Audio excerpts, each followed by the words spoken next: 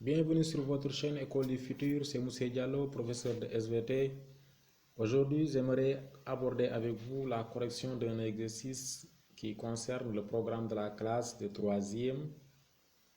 Un exercice qui porte sur le thème le rôle du rein dans l'excrétion urinaire et la régulation du milieu intérieur.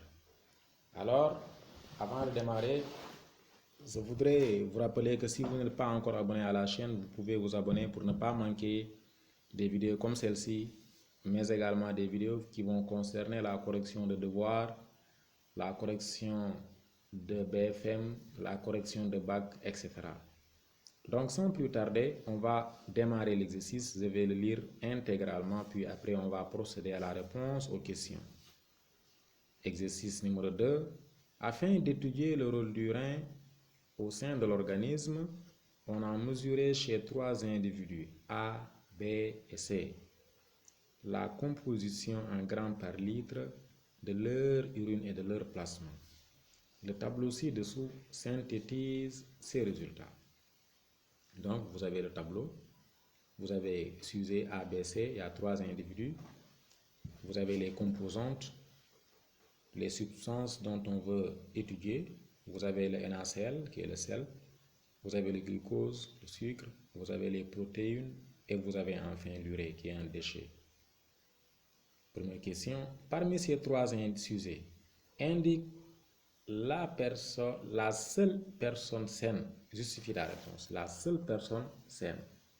Justifie ta réponse. Deuxième question, à partir de l'analyse des résultats obtenus chez ce sujet normal, précise le comportement du rein vis-à-vis de certaines substances.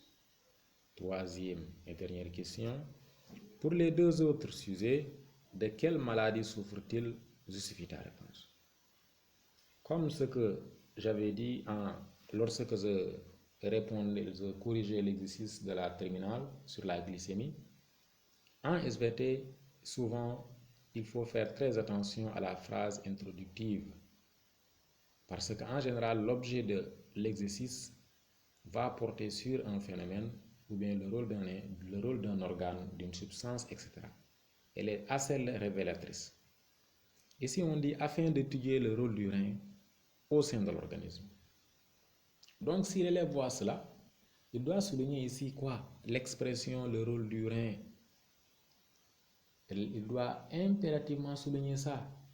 Et automatiquement, quand il souligne ça, il doit savoir que il doit maintenant concentrer son énergie sur le rôle du rein. Et il va automatiquement essayer de se souvenir de ce que son prof lui avait dit quand il traitait ce cours-là ou bien ce passage. Ou bien il va se rappeler de son cahier, de sa leçon, portant surtout la séquence qui va porter sur le rôle du rein. En effet, toutes les questions vont porter sur ça. Donc, c'est assez révélatrice. Maintenant, on va démarrer la réponse. On dit, parmi ces 3 sujets, indique la seule personne saine. Justifie ta réponse. Ici, en observant bien le tableau, on voit que la seule personne saine ici, c'est la personne B. Justifie ta réponse. En effet, chez la personne B, on constate que en ce qui concerne le NaCl, pour toutes les 3 personnes, le NaCl plasmatique et le NaCl urinaire sont les mêmes. Donc, il n'y a aucune différence. Ça veut dire que nous ne pouvons pas porter notre raisonnement sur ce paramètre-là pour dire qu'un tel est malade ou bien un tel est sain. Ok, venons-en au niveau du glucose.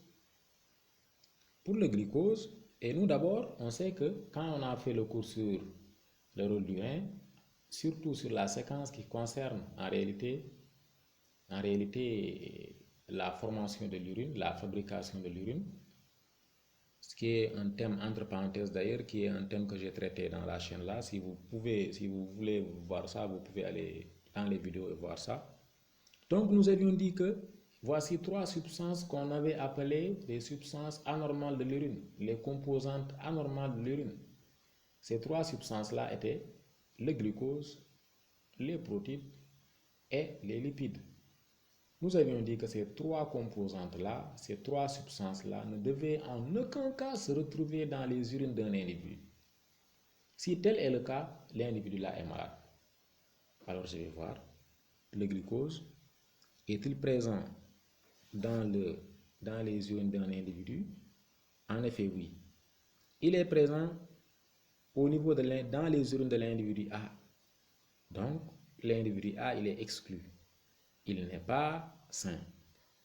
Je vais aller voir chez l'individu B. Le glucose est nul là-bas. Pour le moment, l'individu B n'est pas malade pour le moment. On va aller voir les protéines. Sont-ils présents dans les urines d'un individu? En effet, oui. Les protéines sont présentes dans les urines de l'individu C. Pour le moment, l'individu C est malade. Il ne reste que l'individu B. Pour avoir la confirmation de sa bonne santé, on va voir la dernière composante, la dernière composition, l'urée. En effet, en ce qui concerne l'urée, nous voyons que l'urée également, chez l'urée plasmatique et l'urée urinaire, chez toutes les trois personnes, sont les mêmes. Donc, ce qui nous permet de dire que ici, la seule individu en bonne santé, c'est le sujet B. Justification, parce que son taux de NaCl est normal, son taux d'urée est normal, son taux d'urée urinaire, son taux de NaCl urinaire sont normaux. En plus de ça, il n'y a pas de glucose, encore moins de protéines dans ces urines. Donc, B est la seule personne saine dans cet exercice-là. Deuxième question, à partir de l'analyse des résultats obtenus chez ce sujet normal, précise le comportement du rein vis-à-vis de certaines substances. Ici, bien que certaines substances ne soient pas éclaircies, ne soient pas précises, mais quand même ne soient pas précisées, après avoir fait le cours, vous savez que en réalité ici, on va essayer de porter notre raisonnement sur le glucose et sur les protéines. Et là, c'est chez l'individu normal. Que s'est-il passé? En effet, regardez, nous avions dit que la quantité de glucose urinaire et la quantité de glucose protéique et la quantité de protéines urinaires chez l'individu B sont nulles. Qu'est-ce qui s'est passé? En réalité, ici le rein, lorsque le sang est venu au niveau du rein pour la fabrication de l'urine, au niveau de la première étape qu'on avait appelée la filtration, arrivé à ce niveau-là, le glomérule a laissé passer les autres substances et a retenu, en effet, il a retenu le glucose et les protéines. Voilà pourquoi on n'a pas retrouvé ce glucose-là et ces protéines dans les urines. Donc, nous allons dire que puisque le rein, notamment le glomérule, pendant la filtration, il a retenu ces molécules-là, on va dire que le rein a joué le rôle de barrière filtre pour ces éléments-là. Voilà pourquoi ils ne se sont pas retrouvés dans les urines. C'est bon? Voilà. Donc, on peut encore parler, en réalité, on peut encore donner le rôle du rein, le comportement du rein concernant l'urée. Constatez que l'urée, regardez, l'urée urinaire est de 20 grammes par litre. C'est très important là-bas. Par contre, dans le plasma, c'est 0,3. C'est une valeur qui est proche de 0. Donc, qu'est-ce qui a fait que, or, nous, on sait que l'urée est un produit qui provient de la dégradation des protéines. C'est-à-dire que quand vous mangez un aliment qui contient des protéines, lorsque cet aliment-là subit la digestion, il va donner des acides aminés, mais à côté, il va donner également des déchets. Et l'un des déchets, c'est l'urée ou l'acide épurique également. Donc, ce déchet-là, il doit être éliminé hors de l'organisme à partir de l'appareil urinaire. Et dans ce cas-là, qu'est-ce qui a fait que cette urée-là, qui était auparavant dans le sang, c'est-à-dire dans le plasma, a quitté le plasma et s'est retrouvé en grande quantité dans les urines, en réalité, ça c'est le rein qui l'a fait.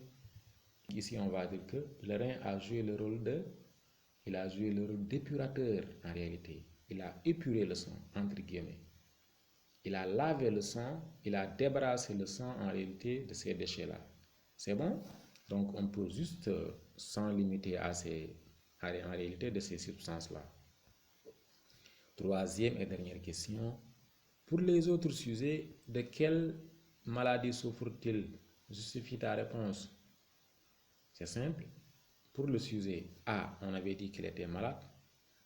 Pourquoi? Parce qu'on a retrouvé en réalité 2 grammes de glucose dans ses urines. Donc, on va dire que cet individu-là souffre de la glycosurie. C'est bon? La maladie dont il souffre, c'est la glycosurie.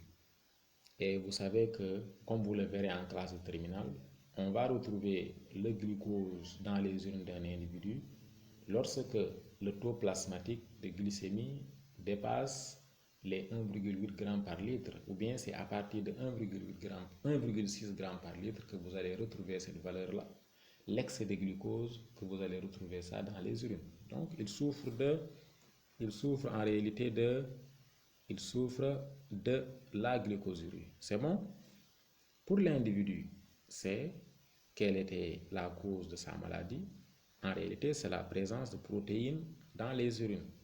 Et nous avons appelé ça, comment nous avions appelé ça? On va dire que, en réalité, l'individu C souffre de la protéinurie. Donc, chers élèves, c'est la fin de la vidéo. Merci de l'avoir suivi. N'oubliez pas